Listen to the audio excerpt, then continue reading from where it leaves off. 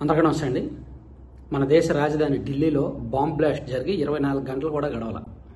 నిన్న సాయంత్రం 6:30 ఆ టైంకి బ్లాస్ట్ జరిగింది. ఈ ఘటనలో 9 మంది మరణించారని చెప్తున్నారు.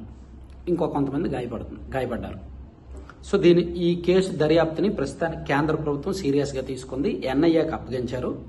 అండ్ దేశవ్యాప్తంగా కూడా ఇతర ప్రధాన నగరాల్లో హైదరాబాదుతో సహా బెంగళూరు, చెన్నై చాలా నగరాల్లో హైలైట్ ప్రకటించారు. అండ్ సెక్యూరిటీ టైట్ చేశారు. చెకింగ్స్ అయి జరుగుతున్నాయి ఎయిర్పోర్టులు అండ్ జనావాస ప్రాంతాల్లో. సో దేశవ్యాప్తంగా కూడా ప్రధానమంత్రి నరేంద్ర మోదీ గారు అండ్ అమిత్ షా గారు కూడా పొద్దున్నుంచి రివ్యూస్ చేస్తూ ఉన్నారు.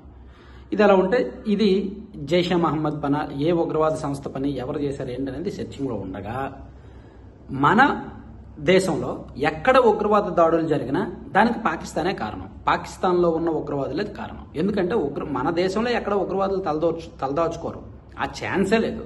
పాకిస్తాన్లో మన సరిహద్దు ప్రాంతాల్లో లేదా పాకిస్తాన్ లోపల ఎక్కడైనా మధ్యలో ఎక్కడైనా తలదాచుకుంటారు. సో పాకిస్తాన్ ఉగ్రవాదులను పెంచి పోషిస్తోంది అని చెప్పడానికి ప్రపంచవ్యాప్తంగా చాలా కారణాలు ఉన్నాయి. ఈవెన్ మనకు పహల్గాం ఉగ్రదాడి తర్వాత ఆపరేషన్ సింధూర్ జరిగినప్పుడు కూడా అక్కడ ఉగ్రవాదుల మీద మన ఇండియన్ ఆర్మీ వెళ్ళి అటాక్స్ చేసినప్పుడు, మన త్రివిధ దళాలు వెళ్ళి అటాక్స్ చేసినప్పుడు, అక్కడ ఉగ్రవాద మూలాలను, ఉగ్రవాద స్థావరాలను ధ్వంసం చేసినప్పుడు అప్పుడు చనిపోయిన ఉగ్రవాదులను పాకిస్తాన్ ఆర్మీ అధికారికంగా అంత్యక్రియలు చేసిన సంగతి మన దేశం యావత్తూ చూసాం, ప్రపంచం యావత్తూ చూసింది. సో మనం ఉగ్రవాదులను చంపేస్తే వాళ్ళు అధికారుల అంచనాలు చేశారు. వాళ్ళ ఆర్మీ దానిలో పాల్గొంది. అంటే దాని అర్థం ఏంటి? ఉగ్రవాదాన్ని పాకిస్తాన్ పెంచి పోషిస్తోంది. ఇప్పుడు నుంచి కాదు, కొన్ని దశాబ్దాల నుంచి. వాళ్ళు ఎందుకు పెంచి పోషిస్తున్నారు? మన దేశం మీద ఉసుగొల్పడానికి. ఇక్కడ ఒక చిన్న ఉదాహరణ, మనం పామును పెంచాం అనుకుందాం. పామును పెంచి పక్కింటోడి మీద కాటు వేయడానికి దానికి పెంచాం. ఎందుకు పెంచుతున్నామంటే పక్కింటోడు ఎప్పుడైనా మన మీదకి రివర్స్ అయితే వాడి మీద కాటు వేయడానికి. ఆ పాము ఊరుకుంటుందా? పామును పెంచితే ఊరుకుంటుందా? ఎప్పుడో ఒకసారి వాళ్ళ మీద కాటేస్తుందిగా, పెంచినోడి మీద కాటేస్తుందిగా. కుక్క అయితే విశ్వాసంగా ఉంటుంది. దాని జీవితం మొత్తం మీద మనం ఒక్కసారి అన్నం పెడితే చాలు, ఫుడ్ పెడితే చాలు, మన వెనక తిరుగుతూ ఉంటుంది. కానీ పాము అలా కాదు, సొంత పిల్లలనే పాము తింటుంది. అలాగే పాము పెంచినోడి మీద కాటేస్తుంది. సో ఇప్పుడు పాకిస్తాన్ ఉగ్రవాదులను పెంచి పోషిస్తోంది కాబట్టి ఆ ఉగ్రవాదులు పాకిస్తాన్లో దాడి చేశారు. అయితే ఇక్కడ పాకిస్తాన్ అంచనా ఏంటంటే లేదు మా దేశంలో ఉన్న ఉగ్రవాదులు కాదు, ఆఫ్ఘనిస్తాన్కి మాకు యుద్ధం జరుగుతుంది కదా, సో ఆఫ్ఘనిస్తాన్ నుంచి ఈ ఉగ్రవాదులు వచ్చి ఉంటారు అని పాకిస్తాన్ చెబుతోంది. కానీ ఆ రెండు దేశాల సరిహద్దులు మూసేశారు. ఆ రెండు దేశాల మధ్య కూడా యుద్ధం జరుగుతోంది, కాల్పులు జరుగుతున్నమాట వాస్తవమే.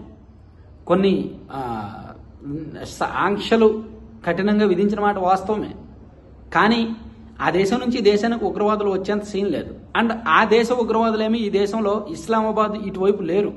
ఆల్రెడీ అక్టోబర్ మొదటి వారంలో యుద్ధం ఇది ప్రారంభమైనప్పటి నుంచి కూడా సెక్యూరిటీ హై అలర్ట్ చేశారు. ఇక్కడ ఇండియన్ బార్డర్లోనూ అటు ఆఫ్ఘనిస్తాన్ బార్డర్లో కూడా సెక్యూరిటీ టైట్ చేశారు.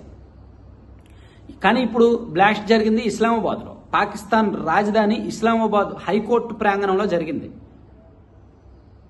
సో అంటే సొంతంగా తనకు తానుగా బ్లాస్ట్ చేసుకున్నాడు అనమాట ఎవరో వ్యక్తి. దీనివల్ల 12 మంది చనిపోయారు అండ్ 27 మంది తీవ్రంగా గాయపడ్డారు.